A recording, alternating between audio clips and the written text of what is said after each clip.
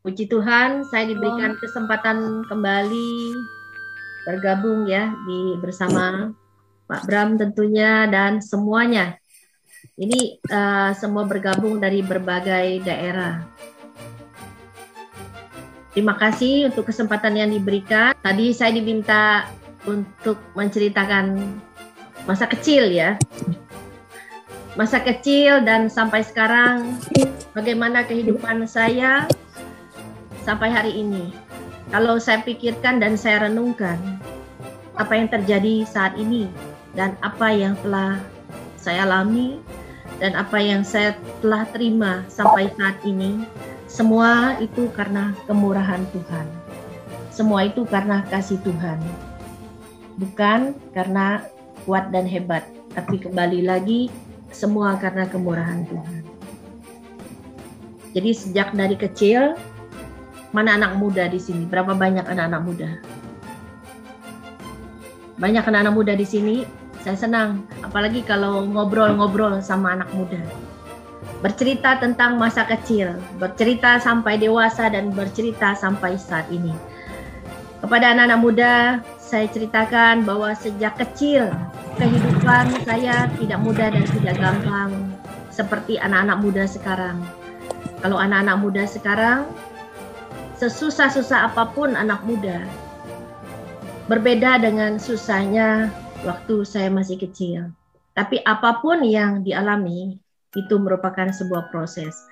Sejak dari kecil saya telah ditinggalkan orang tua waktu saya berumur 5 tahun. Papa saya telah berpulang dan waktu itu keluarga saya belum ada yang kenal namanya Tuhan Yesus. Masih Buddha. Dan saat itu sejak ditinggal papa, kami hidup bersama nenek. Nenek melihat keadaan cucu-cucunya yang masih kecil, akhirnya menjodohkan mama saya kepada seorang pria, yaitu papa saya sendiri, yang walaupun papa tiri, tapi saya panggil papa. Baru tahun kemarin beliau dipanggil dan berpulang. Umurnya udah hampir 90 tahun.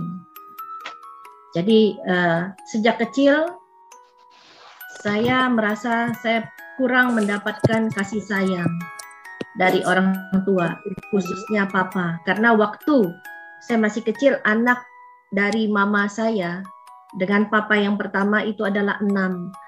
Anak dari setelah menikah, papa saya juga punya anak 6. Semuanya ada berapa jumlahnya anak muda? Ada 12. Jadi satu keluarga ada 12, ditambah lagi 1. Nenek bilang untuk jodohin mama, biar cucu-cucunya bisa enak, bisa sekolah enak, biar hidupnya gampang. Tapi nenek saya salah. Nenek saya bilang, orang tua dulu bilang banyak anak banyak rezeki katanya. Jadi dijodohkanlah dengan suaminya yang banyak anak biar rezekinya tambah banyak. Ya. Jadi waktu bergabung bersama dengan keluarga dari pihak papa, itu kehidupan ekonomi bukannya malah tambah lebih baik, tambah lebih berat bagi saya. Karena apa? Di situ saya harus berjuang membantu mama untuk menghidupi keluarga yang lain. Dengan apa? Berjualan. Membantu orang tua berjualan. Di sini ada anak muda yang berjualan? Ada? Nggak ada. Ya. Jadi sejak kecil saya itu sudah berjualan. Waktu umur 7 tahun itu udah jualan keliling, jualan kue, jualan gado-gado, macam-macam saya jual. Jualan untuk membantu orang tua. Dan di situ pun, waktu belajar pun saya kurang untuk waktu belajar. Jadi kerjanya hanya membantu orang tua cari uang.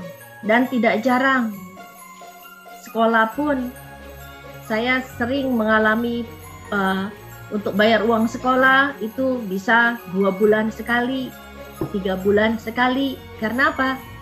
karena uang sekolah pendapatan hasil jualan harus dibagikan kepada adik-adik dan saudara saya yang lain.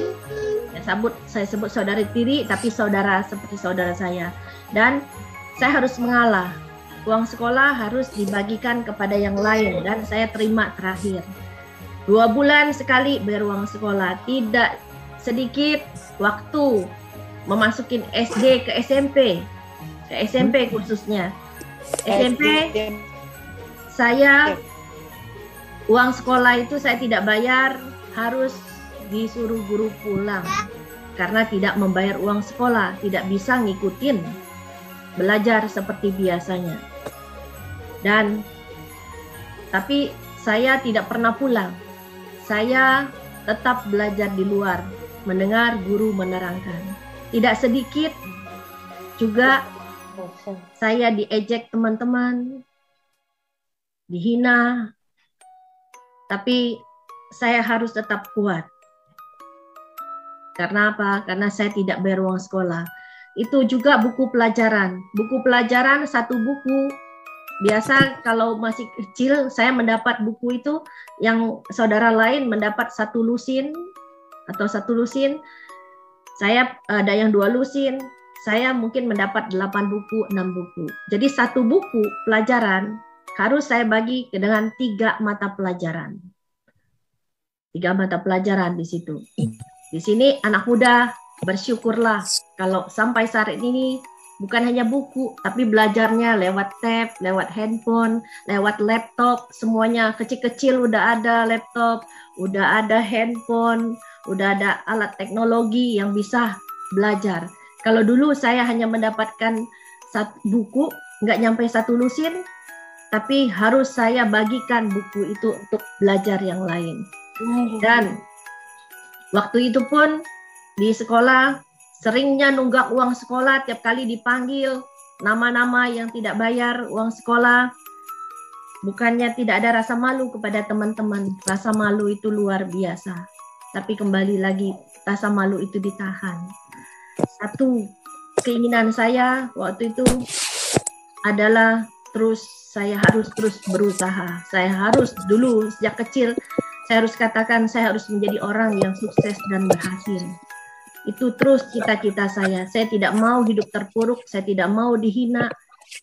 Mama saya, kami berkeluarga, kami itu tidak punya rumah. Rumah artinya tidak punya rumah tinggal sendiri. Adapun hidupnya bukan ngontrak, menerima belas kasihan daripada orang supaya orang berikan kepada kami untuk kami tinggal. Tapi kalau orang ini sudah mau pakai rumah itu, dan kami juga harus pindah ke rumah lain dan menunggu belas kasihan orang untuk memberikan kami tinggal. Itu yang terjadi. Cita-cita saya adalah membeli rumah untuk orang tua. Bisa punya rumah tinggal dan tidak ngontrak-ngontrak lagi. Itu cita-cita saya. Sampai saya berpikir, masuk SMP saya berpikir, kapan ya kami tidak akan berpindah-pindah rumah. Karena baru 3 tahun tinggal harus pindah kemana. Baru berapa tahun tinggal harus pindah kemana. Saya berpikir, sampai kapan ini? Saya tidak minta rumah yang mewah, tapi rumah yang tidak berpindah-pindah. Itu dulu, masih SMP saya udah berpikir begitu. Sejak itu kehidupan kami tidak ada keluarga yang membantu ataupun tidak ada keluarga yang begitu dekat dengan kami karena orang takut melihat mama saya anaknya banyak, mungkin orang takut untuk membantu atau bagaimana. Jadi setiap hari saya terus berjualan dan berjualan, mencari uang, membantu mama. Saat jualan itu pun sebenarnya dari sejak kecil sudah tertanam ilmu bisnis. Bagaimana saya harus bekerja mencari uang. Saya tidak mau sampai di situ saja. Saya akan terus sukses. Jadi sejak kecil itu pun tertanam, saya harus jadi orang kaya. Itu sejak kecil saya, tapi saya belum mengenal Tuhan Yesus waktu itu. Saya berpikir saya harus jadi orang kaya. Saya harus menjadi orang yang tidak dihina.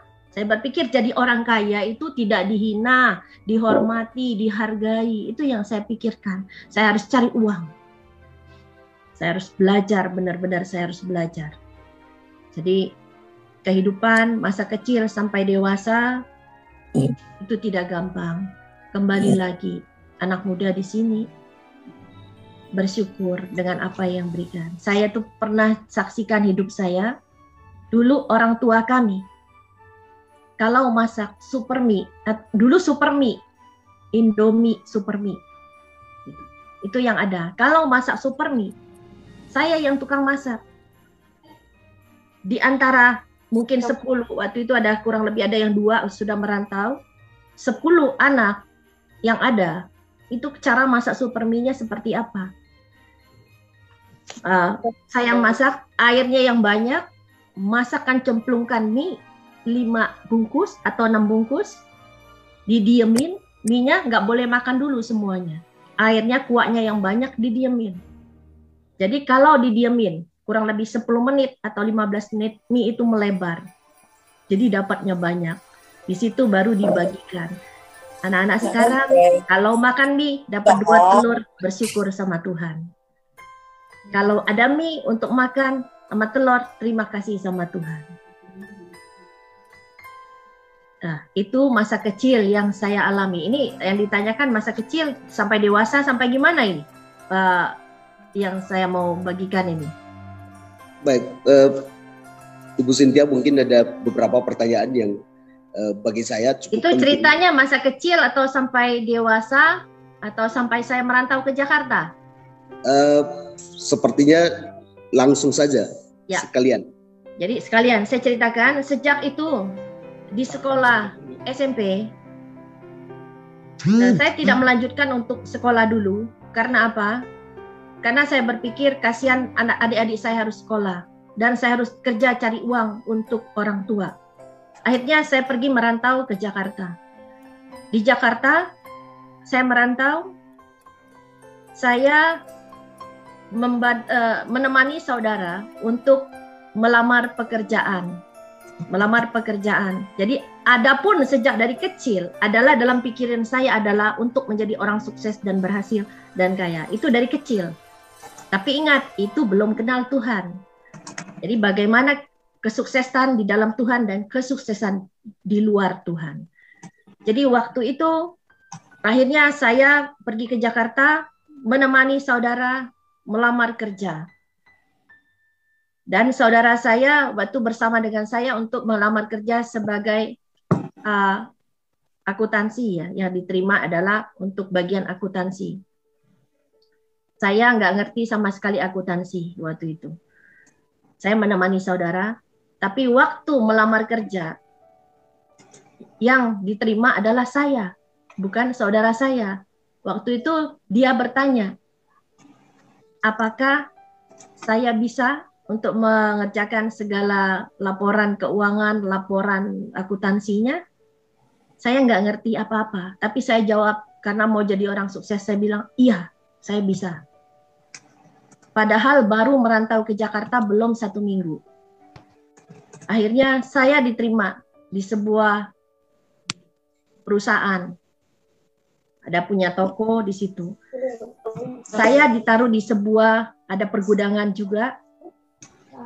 Dan waktu itu saya diminta untuk bikin laporan rugi laba dan laporan keuangan lainnya yang tidak saya mengerti. Boro-boro, kata orang, boro-boro bikin laporan keuangan, angkat telepon aja nggak ngerti saya. Bunyi telepon berdering yang namanya orang kampung yang tidak punya telepon di rumah. Mana gagang yang kepala, mana yang bawah juga saya nggak ngerti. Saya nggak pernah lihat telepon, baru itu saya lihat telepon. Waktu masuk kerja, bunyi telepon saya nggak angkat telepon, saya takut. Orang mau ajak selukan mana? Satu kali, bosnya tanya, saya perhatikan cara bos itu angkat telepon. Akhirnya saya baru tahu. Sekarang anak-anak kalau punya handphone bersyukur sama Tuhan. Anak kecil aja umur 10 tahun udah pinter pegang handphone. Kita dulu dari kampung, buru-buru ngangkat telepon aja nggak ngerti. Terus saya diberikan apa? Mesin tik. Untuk membalas surat. Mesin tik itu saya bukanya juga nggak ngerti bagaimana. Saya bingung bukanya dikasih mesin tik. Akhirnya saya diberikan selembar kertas untuk membalas surat ini. Saya pikir kalau saya tidak bisa membalas surat ini, saya akan dipecat. Saya pergi ke tempat orang, akhirnya saya bilang saya besok baru bikin surat ini. Saya pergi, pulang kerja, saya pergi ke tempat kursus mengetik. Waktu itu apakah saya mau kursus mengetik? Iya, saya mau belajar mengetik. Tapi saya tidak punya uang untuk belajar mengetik, untuk kursus mengetik. Saya punya uang. Waktu itu cuma tidak sampai 100.000 di tangan. Saya lihat di situ, waktu zaman saya masih muda, mengetik itu 350.000 untuk dasar saja. Saya katakan kepada, saya berdiri saja, saya melihat di depan itu, waktu itu kursus mesin tik, saya cuma ngintip dari luar. Mulai lagi ngintip. Dulu sekolah tidak bayar uang sekolah, saya belajar ngintip. Ngintip guru mengajar, belajar di luar. Akhirnya waktu itu guru mengizinkan saya tadi belum selesai cerita, guru mengizinkan saya untuk belajar dengan catatan, saya harus datang ke sekolah. Saya diizinkan bayar uang sekolah 2 bulan sekali ataupun 3 bulan sekali dengan catatan saya harus datang lebih awal dari guru-guru yang lain. Saya pegang kunci sekolah, saya harus buka kelas itu satu-satu dan saya harus membersihkan ruang guru dan menyediakan minum kepada guru. Itu saya diizinkan. Akhirnya saya dikasih fasilitas untuk bisa sekolah. Dan ilmu itu saya belajar lagi. Saya belajar di luar. Waktu SMP saya belajar di luar. Udah biasa bagi saya. Orang ngetik, saya belajar di luar lagi. Saya lihat cara orang ngetik bagaimana. Saya lihat cara orang masukin kertas mesin tik bagaimana. Saya pikir itu tidak bayar. Akhirnya sama guru les mengetik, saya ditegur. Kenapa kamu berdiri di situ ngintip-ngintip? Saya diusir. Saya bilang, Pak, kalau mau berani jadi orang sukses, jangan pernah gengsi, jangan pernah malu. Waktu itu saya bilang, Pak, saya baru kerja, saya diminta ngetik, tapi saya tidak bisa ngetik. Mesin tik saya tidak bisa buka, masuk pita mesin tik saya tidak bisa. Saya mau belajar, masukin pita mesin tik bagaimana, masukin kertas bagaimana, saya mau belajar, Pak. Tapi uang saya punya uang cuman 30.000, saya bilang. Bisa nggak ajarkan saya? Saya bayar 30.000, sisanya saya cicil kalau saya gaji. Tolong Bapak saya ajarkan saya. Akhirnya karena timbul rasa kasihan, saya diizinkan untuk belajar dasar, untuk mengetik, dan dibantu untuk membalas surat itu. Akhirnya lama-kelamaan saya bisa ngetik. Mulai bisa tapi tidak terlalu pintar, tapi bisa ngetik, bisa balas surat. Dan waktu itu saya diminta bikin laporan rugi laba. Saya nggak ngerti sama sekali. Tapi apa yang saya lakukan? Saya pergi ke toko buku. Ada sebuah toko buku di Jakarta Barat waktu itu, yang seperti toko buku-buku sekarang, Gramedia. Apa yang saya lakukan di sana? Saya pergi ke sana, saya membawa 1 lembar kertas kosong dan pulpen. Itu yang saya lakukan. Di sana saya mencontek bagaimana bikin neraca, bagaimana bikin laporan rugi laba. Saya setiap pulang kerja, saya berhenti di toko buku itu. Yang seperti sekarang ini Gramedia.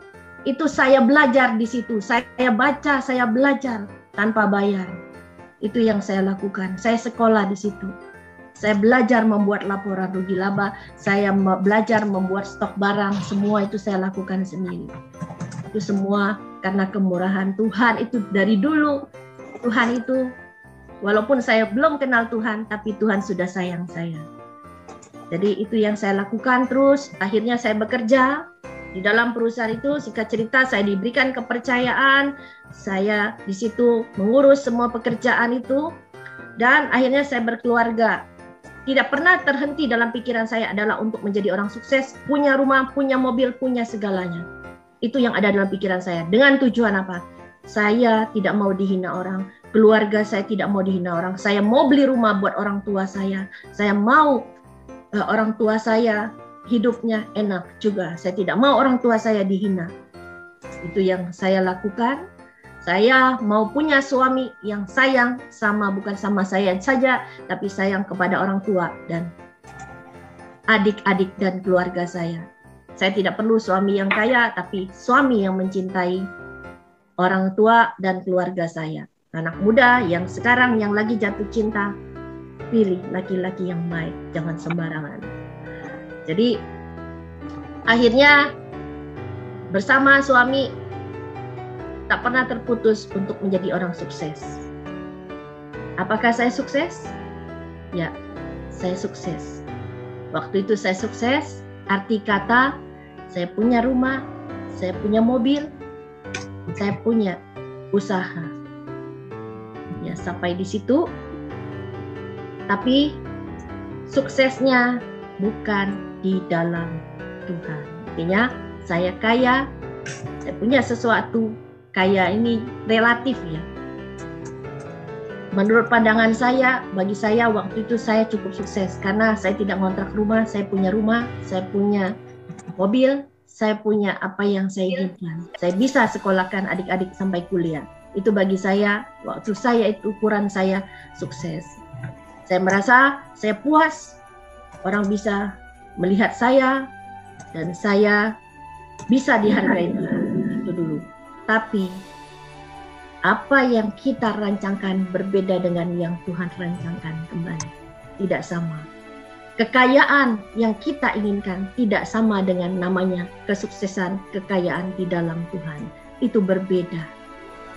Itu berbeda. Itu yang Tuhan izinkan, akhirnya apa? Saya mengalami kekayaan, kesuksesan itu, yang bagi saya sukses itu hanya dalam waktu sesaat. Tuhan izinkan semuanya hancur.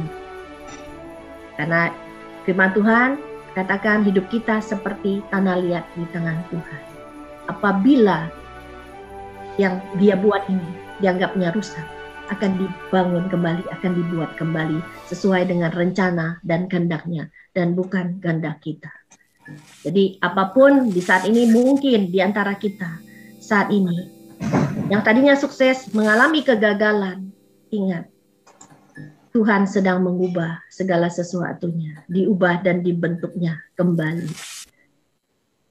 Dan itu yang saya alami. Saya mengalami kebangkrutan, semuanya yang saya tadinya punya rumah, punya mobil, punya kendaraan, punya usaha, Tuhan izinkan habis bangkrut dan malah punya hutang banyak.